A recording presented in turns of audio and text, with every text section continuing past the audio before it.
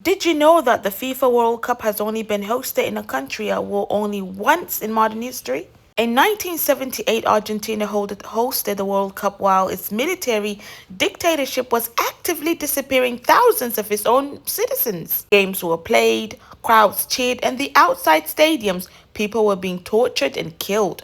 This week, the US is hosting, which is tomorrow, the 2026 FIFA World Cup. We'll be seeing nations making their first ever debut on the world stage. And at the very same moment, US forces launched direct airstrike near Tehran in the Strait of Hormuz. And there was a 7.8 magnitude earthquake just struck the Pacific, confirming that this era remains one of the deadliest for global disruption since the Rwanda genocide. Welcome back to Voices with Anissa. It's Wednesday, June 10th, and this is your global news a recap episode of the week. Today we're breaking down stories, massive international escalations.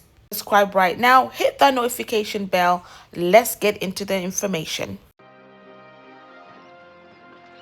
We start with breaking military data confirmed by the U.S. Central Command. Overnight, the U.S. military directly escalated its kinetic involvement in the Middle East, launching a wave of heavy quote-unquote self-defense airstrike directly targeting Iranian infrastructure inside the strategic Strait of Hormuz. This direct military collision follows an incident on Monday where an Iranian manufactured combat drone successfully shot down a U.S. Army Apache helicopter operating near international shipping lanes. Now, the White House immediately issued a public warning stating that America must and will respond. CENTCOM assets executed the order hours ago, striking critical Iranian naval facilities and specialized infrastructure on a key island commanding the strait. While the Pentagon maintains this airstrike was strictly, defensive to protect global energy supply chains, local reports from the region confirm the strikes hit any regional water facilities, cutting off resources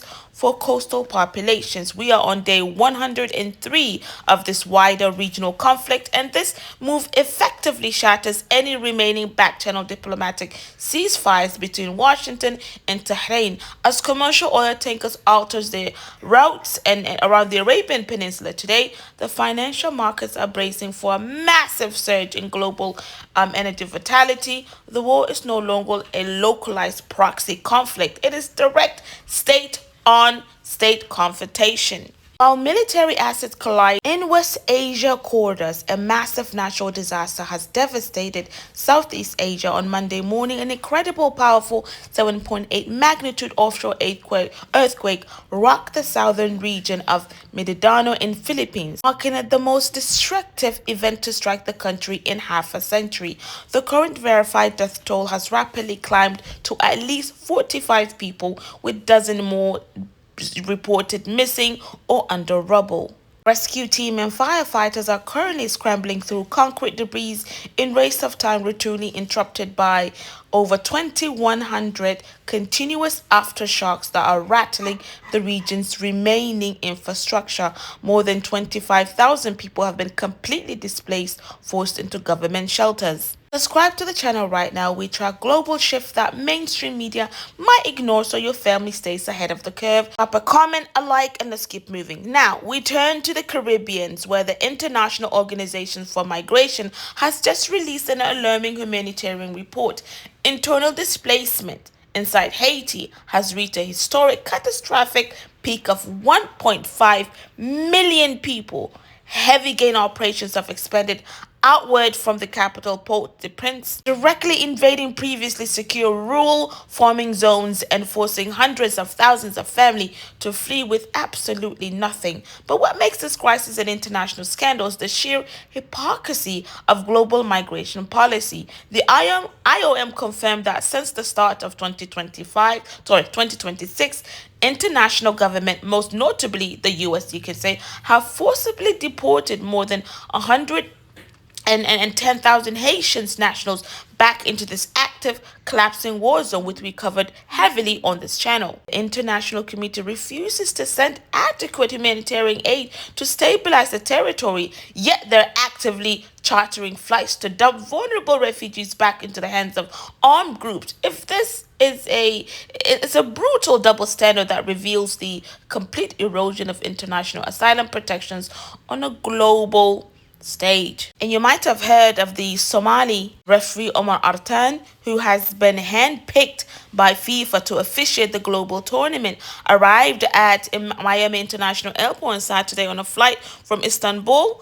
Instead of being cleared, he was denied entry. According to administration officials, Artan was subjected to an expedited removal under Section 225 of the Immigration and Nationality Act. The feds claim they uncovered derogatory information, quote unquote, linking him to a suspected members of a foreign terrorist organization, declaring the administration, "We will not allow any security threat to our country to enter," full stop. So, and we know Somalia remains the core target of the administration's revived travel ban. Crazy, isn't it? Now, we're going to look at the number that should stop us cold now. Global conflicts have officially surged to the highest number ever tallied by Upsala conflict data program. Fatalities have reached their highest recorded level since 1994, with approximately 244,600 people killed in active conflict in 2025. 244,600, right? Killed in conflict in a single year. Now, to understand the weight of that number, the last time conflict fatalities were this high was 1994, the year of the Rwanda genocide, which I mentioned, which was approximately 800 people. 800,000 people were killed in 100 days, making it the fastest mass killing in recorded human history. The global fatality number of 94 was driven almost entirely by that single atrocity. Now, in 2025, there was no single Rwanda. The 24460 deaths were distributed across, dozens of conflicts: Sudan, Ethiopia, Russia, Ukraine, Gaza, Lebanon, Sahel, Mali, Burkina Faso, Niger, Chad. They are simultaneously experiencing these, jihadist insurgencies. Myanmar now, it's in fifth year of civil war since the 2021 coup. Ethiopia, Congo, where the outbreak has come right now. So a lot of things are happening globally. A lot of deaths are happening. A lot of misfortunes are happening. The FIFA World Cup is being co-hosted by Canada and Mexico. The first time three nations have jointly hosted a tournament. 48 teams, 16 more than the previous tournament. And because the expansion, four nations are stepping onto the World Cup stage for the very first time in history. Cape Verde, Jordan, Uzbekistan, and I believe the other one was Krakow, if I'm not mistaken. Now, the U.S. is the host for most of the matches, and the U.S. is hosting one of the most watched sporting events in history.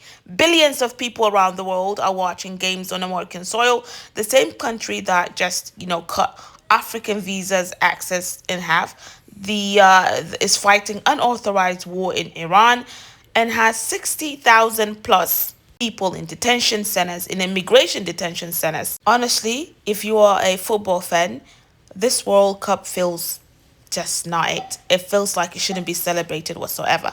Now, we open with Argentina tonight in 1978, a country hosting a World Cup while its government was killing its own citizens. And I'm going to ask you again, when I planted the seed, did you know? 1978, the world chose to show up in Argentina anyway. Who made that choice? And what did it cost the people who were disappearing while the cameras pointed at the pitch? Who's making that choice now? And who's paying the price while the cameras point at Kansas starting tomorrow and the coming weeks until the tournament is over? Share, comment, like. Who are you rooting for to win the World